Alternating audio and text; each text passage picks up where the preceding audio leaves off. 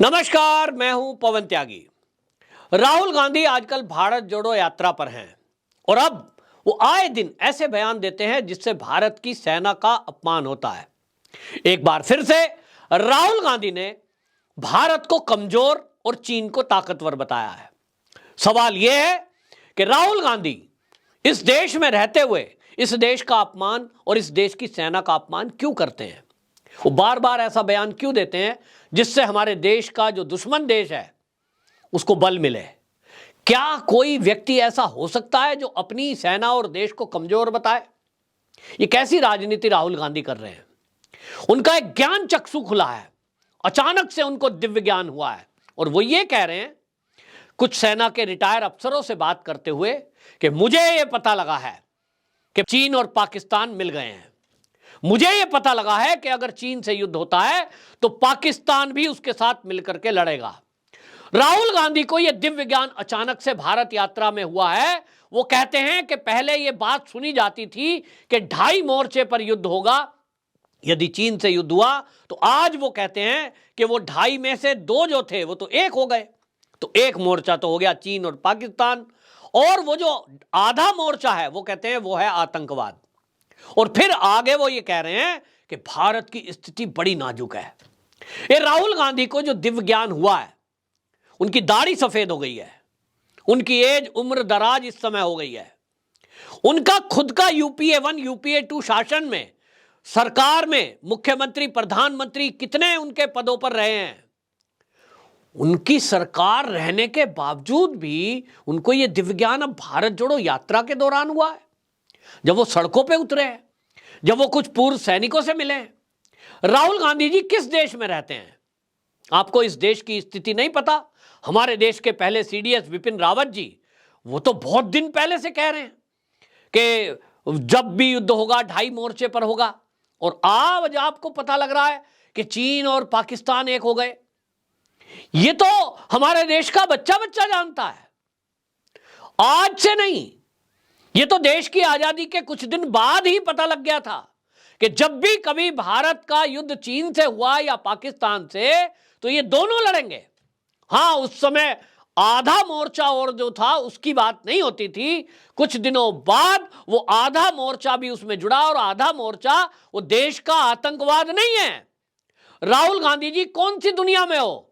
किस आतंकवाद की बात कर रहे हो? भारत के अंदर आतंकवादी नहीं है, देशद्रोही है। और आधा मोर्चे की जो बात की गई थी सीडीएस विपिन रावत जी के द्वारा, उन्होंने उनकी बात की थी जो देश के अंदर गद्दार बैठे हुए हैं। तो सीडीएस साहब का जो 0.5 मोर्चे की बात थी उसमें यह स्पष्ट कहा गया था देश के अंदर बैठे हुए गद्दार। तो राहुल गांधी जी जब आप बयान देते हैं कि भारत कमजोर स्थिति में है और चीन ताकतवर स्थिति में है, क्या यह बयान भारत का अपमान नहीं है? क्या यह बयान भारत की सेना का अपमान नहीं है? क्या ये आप नैरेटिव नहीं चला रहे हैं कि एक देश को आप ताकतवर बता रहे हैं? एक साइकोलॉजिकल आप इफेक्ट डाल रहे हैं देश की जनता और देश की सेना पर कि आप तो कमजोर हो। लेकिन राहुल गांधी अगर इतिहास पे ध्यान दें तो उनको पता लगेगा कि भारत आज 1962 वाला भारत नहीं है। 1962 का भी जो युद्ध हुआ था, उस युद्ध की स्थितियां परिस्थितियां राहुल गांधी चाहेंगे तो उनको जो एक्स आर्मी मैन के साथ वो मीटिंग कर रहे थे उनसे पूछ सकते हैं कि उस समय भी भारत की सेना ने कड़ा मुकाबला किया था, और यह मुकाबला धोखाधड़ी के बाद था। एक तरफ हिंदी चीनी भाई भाई का नारा इस देश के अंदर 0.5 मोर्चे पर बैठे हुए लोग लाल सलाम कर रहे थे, लाल झंडे हाथ में लेकर। वो कह रहे थे वेलकम चाइना, उनके लिए रेड कारपेट बिछा रहे थे, आने दो सेनाओं को, कोई दिक्कत नहीं है, ये तो हम हिंदी चीनी भाई भाई हैं। और एक तरफ 10,000 भारतीय सैनिक और चीन के 80,000 सैनिक, उनसे भिड़ंत हुई थी। वो धोखा था और इसीलिए भारत की जमीन को वो कब्जाने में सफल रहे, 1 के बदले 8। ये तुलना थी, हथियार थे नहीं, बर्फ में खड़े होकर वो गोली चला सके सैनिक, उनके पास जूते तक नहीं थे। हमारे सैनिक ने जो वीरता से लड़ाई लड़ी, राहुल गांधी अगर जानेंगे तो पता लगेगा कि कांग्रेस की सरकार के चलते ही यह सब हुआ है। जो वो आज गिरा रहे हैं कि 21,000 स्क्वायर मीटर किलोमीटर जमीन चीन ने कब्जा ली है, राहुल गांधी जी आप समझिए वो कांग्रेस के शासनकाल में हुआ है। मोदी जी 2014 के बाद से आए हैं, आप कहते हो 14 के बाद देश कमजोर हुआ है। 14 के बाद देश कितना मजबूत हुआ है आप कान खोल के सुन लीजिए, सारे कांग्रेसी सुन लीजिए। आज भारत इस स्थिति में है कि चीन ने यदि हमला करने की कोशिश की तो आज भारत के पास क्वाड कोऑर्डिनेशन है, जिसके चलते ऑस्ट्रेलिया, अमेरिका, जापान और भारत ये चार तरफ से घेर कर चीन पर हमला करेंगे। ये युद्ध नीति बन चुकी है और इसलिए चीन की कतई हिम्मत नहीं है कि वो आज भारत को आंख दिखा सके। घुसपैठ करने की कोशिश जरूर करता है और वो कोशिश केवल उसकी इसलिए है क्योंकि कांग्रेस से जो समझौता है, कांग्रेस के समझौते के कारण वो ट्राई करता है, वो देखता है। भारत भी युद्ध नहीं चाहता, इसलिए युद्ध को टाला जा रहा है क्योंकि हमारी जो सरकार है वो आर्थिक स्थिति को मजबूत करने में लगी हुई है, वो आत्मनिर्भर भारत को बनाने में लगी हुई है और इसीलिए आर्थिक स्थिति में आज हम 5वें स्थान पर हैं। राहुल गांधी जी आप देश को कमजोर कह रहे हो, आप चीन को मजबूत कह रहे हो। आपको अगर याद होगा तो मैं याद दिलाता हूं, अगर नहीं होगा, सन 2000 में चीन से जो भारत आयात कर रहा था $1.4 बिलियन, ये आयात हम कर रहे थे। 2008 में कांग्रेस ने चीन से समझौता किया और यह आयात बढ़कर हो गया $30.2 बिलियन।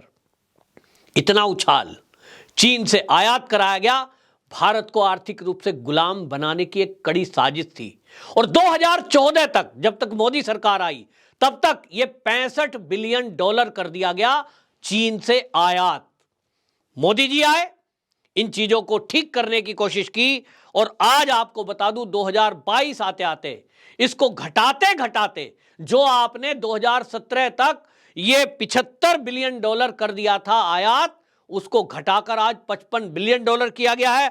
वहीं एक्सपोर्ट भी भारत से चीन की तरफ $31 बिलियन का हो रहा है। आर्थिक रूप से भारत मजबूत हो रहा है और वहीं चीन आज आर्थिक रूप से कंगाल होने की तरफ चल रहा है। जिस तरह से वहां कोरोना है, जिस तरह से वहां इंडस्ट्रियां बंद हो रही हैं, जिस तरह से वहां की कंपनियां उठ करके भारत में आ रही हैं, अगले आने वाले कुछ दिनों में चीन बर्बाद होने वाला है।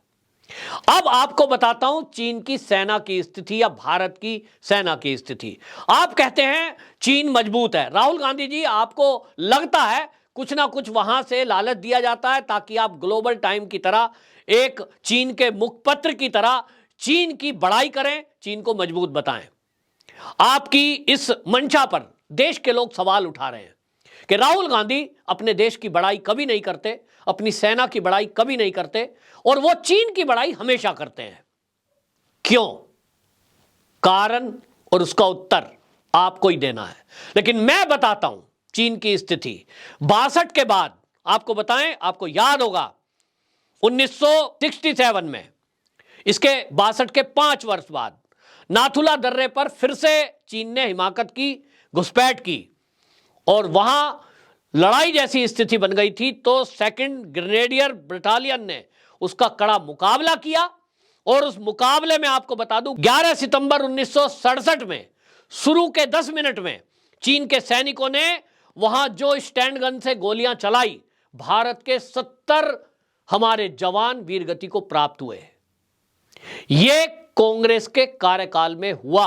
राहुल गांधी जी याद करिए, इतनी बड़ी जो हमारे सेना की हानि हुई वो आपके कांग्रेस के कार्यकाल में हुआ। लेकिन इसके बाद हमारे सैनिकों ने मोर्चा संभाला और आपको बता दूं जो हमारे सेना की आर्टिलरी थी उन्होंने चीन के सैनिकों को घेर कर जब मारा तो चीन के 400 सैनिक मार गिराए। हमारे सैनिक जरूर 70 वीरगति को प्राप्त हुए थे जिनको धोखे से गोली का निशाना बनाया गया था, लेकिन हमारे सैनिकों ने जब मोर्चा संभाला वो 1967 11 सितंबर का दिन इतिहास के पन्नों में दर्ज है कि 400 चीन के सैनिक हमारे सैनिकों ने मार गिराए थे। कभी आप राहुल गांधी जी इसकी चर्चा करेंगे? शायद नहीं करेंगे, क्योंकि आपको तो चीन की बड़ाई करनी है, आपको भारत के सैनिकों का मनोबल डाउन करना है। इसी तरह दोबारा हिमाकत हुई है और 1 अक्टूबर को थोड़े ही दिन बाद 1967 में फिर से हमले हुए, घुसपैठ की कोशिश हुई और इस बार फिर यह हुआ कि हमारे गोरखा राइफल्स के जो जवान थे उन्होंने मुकाबला किया। उसके बाद लौटकर कभी चीन के सैनिकों ने भारत की तरफ रुख नहीं किया और एक समझौता किया कि LAC के आसपास आने के समय हम अपने हथियारों की जो नोक है, जो गन है, उसको नीचे की तरफ रखेंगे, कोई एक दूसरे की तरफ उसको नहीं तानेगा। और इसके कारण से हथियार होते हुए भी दोनों देशों की तरफ से कभी भी गोलियां नहीं चली हैं। लेकिन आपको बता दूं कि आज के समय में राहुल गांधी जी, जिस सेना को आप कमजोर बता रहे हो, जिस भारत को आप कमजोर बता रहे हो, आर्थिक स्थिति में आज वो विश्व के 5वें नंबर पर है।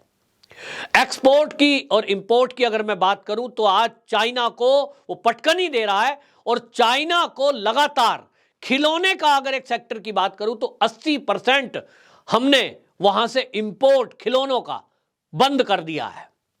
और अगर सेना की बात करूंगा तो अब मैं गिना रहा हूं, राहुल गांधी और कांग्रेसी नोट करें और देशवासियों को भी बताएं कि राहुल गांधी किस तरह से चीन का नैरेटिव सेट करने का काम कर रहे हैं, भारत की सेना को कमजोर बताकर अपमान कर रहे हैं। जो 1962 और 67 में भारत की सेना के पास नहीं था और आज है, वो क्या है, मैं कुछ बातें बता रहा हूं, पूरी नहीं।